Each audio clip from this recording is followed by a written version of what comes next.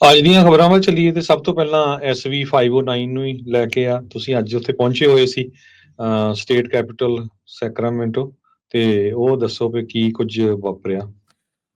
ਸੋ ਹਰਜੋਤ ਸਿੰਘ ਜੀ, ਸਭ ਤੋਂ ਪਹਿਲਾਂ ਸਾਰੇ ਹੀ ਸੁਣਨ ਵਾਲਿਆਂ ਨੂੰ, ਦੇਖਣ ਵਾਲਿਆਂ ਨੂੰ ਇਹ ਵਧਾਈ ਦੀ ਗੱਲ ਆ। ਆਲਰੇਡੀ ਆਪਾਂ ਜਿੱਦਾਂ ਦੱਸ ਚੁੱਕੇ ਹਾਂ ਵੀ ਜਿਹੜਾ 509 ਬਿੱਲ ਆ, ਇਹ ਜਿਹੜੀ ਸੈਨੇਟ ਦੀ ਪਬਲਿਕ ਸੇਫਟੀ ਕਮੇਟੀ, ਇਸ ਦੇ ਵਿੱਚੋਂ ਪਾਸ ਹੋ ਗਿਆ। ਇਸ ਬਿੱਲ ਨੂੰ ਕਾਨੂੰਨ ਬਣਨ ਦੀ ਪਹਿਲਾ ਕਦਮ ਆ।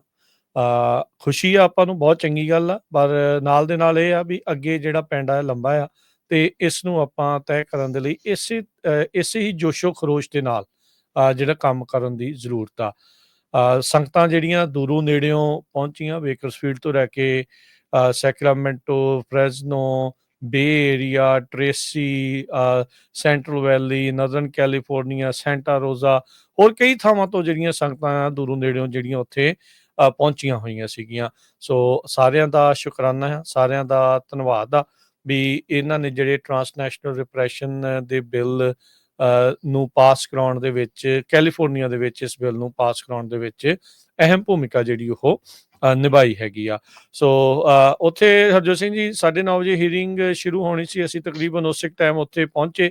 ਪਹੁੰਚ ਕੇ ਤਾਂ ਜਦ ਉੱਥੇ ਅੰਦਰ ਗਏ, ਸਾਰੇ ਜਾਣੇ, ਕੁਝ ਸੰਗਤਾਂ ਪਹਿਲੋਂ ਵੀ ਸਾਡੇ ਤੋਂ ਪਹੁੰਚੀਆਂ ਹੋਈਆਂ ਸੀਗੀਆਂ, ਤੇ ਇਵੈਂਚੁਅਲੀ 10ਵੇਂ ਨੰਬਰ ਦੇ ਉੱਤੇ ਵਾਰੀ ਆਉਣੀ ਸੀਗੀ। ਸੋ ਉਸ ਦੇ ਦਰਮਿਆਨ ਕਈ ਤਰ੍ਹਾਂ ਦੇ ਜਿਹੜੇ ਬਿੱਲ ਆ ਉਹ ਉਹਨਾਂ ਨੇ ਇਸ ਪਬਲਿਕ ਸੇਫਟੀ ਦੀ ਇਸ ਕਮੇਟੀ ਦੇ ਵਿੱਚ ਪੇਸ਼ ਜਿਹੜੇ ਉਹ ਕੀਤੇ। ਕੁਛ ਜਿਹੜੇ ਸੈਕਸ਼ੂਅਲ ਅਬਿਊਜ਼ ਦੇ ਨਾਲ ਸੰਬੰਧਿਤ ਬਿੱਲ ਸੀਗੇ, ਉਹਨਾਂ ਉੱਤੇ ਵੋਟ ਹੋਈ। ਫੈਂਟਨਲ ਦੇ ਨਾਲ ਸੰਬੰਧਿਤ ਕੁਛ ਬਿੱਲ ਸੀ, ਉਹਨਾਂ ਉੱਤੇ ਵੀ ਜਿਹੜੀ ਉਹ ਵੋਟ ਹੋਈ। ਤੇ ਫਿਰ ਆਪਣੇ ਜਿਹੜੇ ਬਿੱਲ ਦੀ ਜਿਹੜਾ 509 ਬਿੱਲ ਸੀ, ਜਿਸ ਖਾਤਰ ਆਪਾਂ ਉੱਥੇ ਗਏ ਹੋਏ ਸੀਗੇ, ਉਹਦੇ ਵਿੱਚ ਜਿਹੜੀ ਗੱਲਬਾਤ ਹੋਈ। ਛੋਟੀ ਉਮਰ ਦੇ ਬੱਚਿਆਂ ਤੋਂ ਲੈ ਕੇ ਵੱਡੀ ਉਮਰ ਦੇ ਬਜ਼ੁਰਗ ਜਿਹੜੇ ਉਹ ਉੱਥੇ ਪਹੁੰਚੇ ਹੋਏ ਸੀ। ਸਾਡੀਆਂ ਭੈਣਾਂ ਬੀਬੀਆਂ ਵੀ ਜਿਹੜੀਆਂ ਉੱਥੇ ਪਹੁੰਚੀਆਂ ਸੀਗੀਆਂ। ਸੋ ਬਿੱਲ ਦਾ ਜਦੋਂ ਜਿਹੜੀ ਸੈਨੇਟਰ ਐਨਾ ਕੈਬਰਿਓ, ਉਹਨਾਂ ਨੇ ਇਸ ਨੂੰ ਪੇਸ਼ ਕੀਤਾ। ਕਮੇਟੀ ਦੇ ਆਪ ਹੀ ਮੈਂਬਰ ਆਓ, ਤੇ ਕਮੇਟੀ ਦੇ ਮੈਂਬਰ ਨੇ ਜਿਹੜਾ ਉਸ ਨੂੰ ਉਹ ਪੇਸ਼ ਕੀਤਾ ਸੀਗਾ। ਤੇ ਫਿਰ ਉਸ ਤੋਂ ਬਾਅਦ ਦੇ ਵਿੱਚ ਇਹਨਾਂ ਨੇ ਦੋ ਜਿਹੜੇ ਵਿਟਨੈਸ ਆ ਉਹ ਸੱਦੇ ਸੀ, ਜਿਨ੍ਹਾਂ ਵਿੱਚ ਇੱਕ ਇਰਾਨੀਅਨ ਮੂਲ ਦਾ ਬੰਦਾ ਸੀ।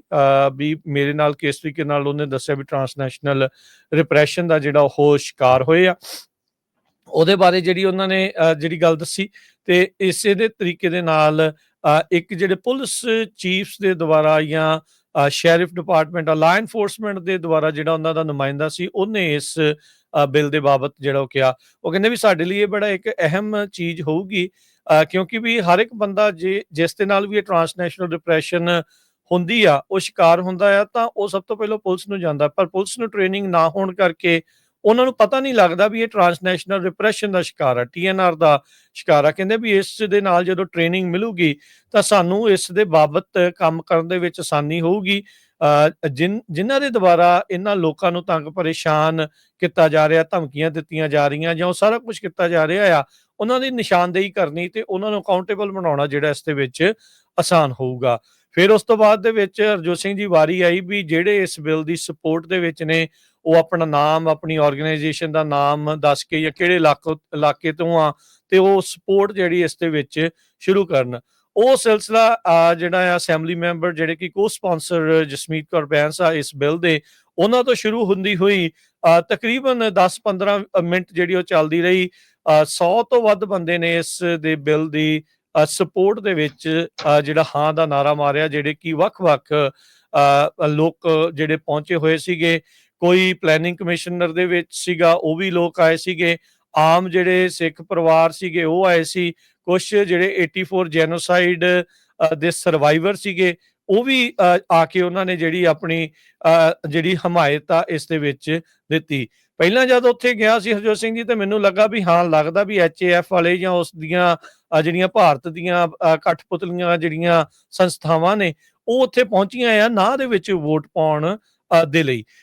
ਪਰ ਜਿਉਂ ਉਹਨਾਂ ਨੇ ਸਪੋਰਟ ਦੀ ਲਾਈਨ ਦੇਖੀ ਤੇ ਉਹ ਮੈਦਾਨ ਛੱਡ ਕੇ ਜਿਹੜੇ ਉਹ ਭੱਜ ਗਏ। ਨਾ ਇਸ ਬਿੱਲ ਦੇ ਕੋਈ ਖਿਲਾਫ ਬੋਲਿਆ ਉੱਥੇ, ਤੇ ਇੱਕ ਵੀ ਵੋਟ ਇਸ ਦੇ ਉਲਟ ਨਹੀਂ ਪਈ।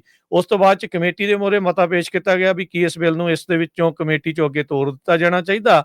ਤਾਂ ਜਿੰਨੇ ਵੀ ਸੀਗੇ ਸੈਨੇਟਰਸ, ਉਹਨਾਂ ਨੇ ਹਮਾਇਤ ਦੇ ਵਿੱਚ ਜਿਹੜੇ ਇਸ ਬਿੱਲ ਨੂੰ ਹਾਂ ਕਰਕੇ ਇਸ ਬਿੱਲ ਨੂੰ ਅੱਗੇ ਕਮੇਟੀ ਦੇ ਵਿੱਚੋਂ ਪਾਸ ਜਿਹੜਾ ਉਹ ਕਰ ਦਿੱਤਾ, ਜਿਸ ਤੋਂ ਬਾਅਦ ਦੇ ਵਿੱਚ ਜਿਹੜੀਆਂ ਸੰਗਤਾਂ ਉੱਥੇ ਪਹੁੰਚੀਆਂ ਸੀ ਉਹਨਾਂ ਵਿੱਚ ਭਾਰੀ ਉਤਸ਼ਾਹ ਸੀਗਾ ਤੇ ਖੁਸ਼ੀ ਜਿਹੜੀ ਉਹ ਮਨਾਈ ਗਈ ਵੀ ਆਪਾਂ ਇਸ ਨੂੰ ਸਰ ਜਿਹੜਾ ਉਹ ਕਰ ਲਿਆ ਆ।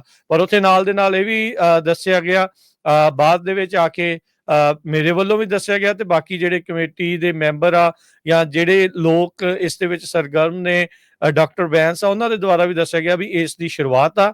ਇਸ ਤੋਂ ਬਾਅਦ ਦੇ ਵਿੱਚ ਉਸ ਕਮੇਟੀ 'ਚ ਇਹਨੇ ਦੁਬਾਰਾ ਵੀ ਜਾਣਾ ਆ, ਐਪਰੋਪਰੀਏਸ਼ਨ ਕਮੇਟੀ ਦੇ ਵਿੱਚ ਵੀ ਇਹ ਉੱਥੇ ਤੱਕ ਵੀ ਪਹੁੰਚਣਾ ਹੈ ਜਿੱਥੇ ਪਿਛਲੀ ਰੀ ਇਸ ਨੂੰ $6 ਲੱਖ ਦੇ ਕਰਕੇ ਨਾ ਕਰ ਦਿੱਤੀ ਗਈ ਸੀਗੀ। ਸੋ ਆਪਾਂ ਉਮੀਦ ਕਰਦੇ ਹਾਂ ਵੀ ਜਿਸ ਤਰੀਕੇ ਦਾ ਉਤਸ਼ਾਹ ਇਸ ਵਾਰ ਸੰਗਤਾਂ ਨੇ ਦਿਖਾਇਆ, ਆਉਂਦੇ ਸਮੇਂ ਦੇ ਵਿੱਚ ਵੀ ਜਦ ਵੱਖ-ਵੱਖ ਕਮੇਟੀਜ਼ ਦੇ ਮੂਹਰੇ ਜਾਣਾ ਆ, ਜਦ ਸੈਨੇਟ ਦੀ ਫਲੋਰ ਤੇ ਜਾਣਾ ਆ, ਇਸੇ ਤਰੀਕੇ ਦੇ ਨਾਲ ਫਿਰ ਅਸੈਂਬਲੀ ਦੀਆਂ ਕਮੇਟੀਆਂ 'ਚ, ਫਿਰ ਅਸੈਂਬਲੀ ਦੇ ਜਿਹੜੇ ਫਲੋਰ ਦੇ ਉੱਤੇ ਜਾਣਾ ਆ ਤੇ ਫਿਰ ਗਵਰਨਰ ਤੱਕ ਜਦ ਇਹ ਆਪਾਂ ਪਾਸ ਕਰਕੇ ਜਾਣਾ ਆ ਤਾਂ ਇਸ ਨੂੰ ਆਪਾਂ ਜਿਹੜਾ ਉਹ ਪਾਸ ਕਰਾਉਣਾ ਆ।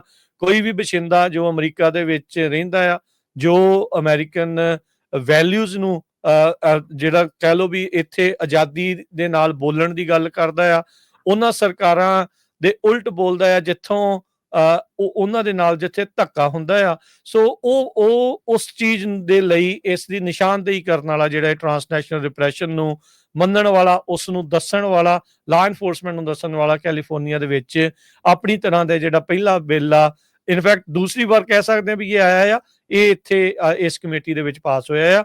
ਸੋ ਇਹ ਕੰਮ ਖਤਮ ਨਹੀਂ ਹੋਇਆ, ਇਸ ਕੰਮ ਦੀ ਅੱਜ ਸ਼ੁਰੂਆਤ ਹੋਈ ਆ। 15-16 ਜਿਹੜੀਆਂ ਆਰਗੇਨਾਈਜੇਸ਼ਨਾਂ ਸੀ, ਹਿੰਦੂ ਆਰਗੇਨਾਈਜੇਸ਼ਨਾਂ ਸੀ, ਉਹਨਾਂ ਦੇ ਦੁਆਰਾ ਇਹਦੇ ਖਿਲਾਫ ਚਿੱਠੀਆਂ ਵੀ ਲਿਖੀਆਂ ਗਈਆਂ ਵੀ ਇਹਨੂੰ ਜਿਹੜਾ ਉਹ ਪਾਸ ਨਹੀਂ ਕਰਨਾ ਚਾਹੀਦਾ। ਇੰਡੀਆ ਤੇ ਚਾਈਨਾ ਦਾ ਨਾਂ ਦਾ ਹਵਾਲਾ ਦੇ ਕੇ ਉਹਨਾਂ ਨੇ ਕਿਹਾ, ਪਰ ਦੱਸਿਆ ਜਾਵੇ ਤਾਂ ਇਸ ਬਿੱਲ ਦੇ ਵਿੱਚ ਕਿਸੇ ਵੀ ਮੁਲਕ ਦਾ ਨਾਂ ਨਹੀਂ ਆ, ਪਰ ਉਹ ਸਾਰੀਆਂ ਸਰਕਾਰਾਂ, ਉਹ ਸਾਰੇ ਮੁਲਕਾਂ ਨੂੰ ਇਸ ਦੇ ਵਿੱਚ ਕੰਨ ਕੀਤੇ ਗਏ ਆ ਵੀ ਭਾਈ ਜੇ ਤੁਹਾਡੇ ਦੁਆਰਾ ਇਦਾਂ ਦਾ ਕੀਤਾ ਜਾਊਗਾ ਤਾਂ ਤੁਹਾਨੂੰ ਜਵਾਬਦੇਹ ਬਣਾਇਆ ਜਾਊਗਾ।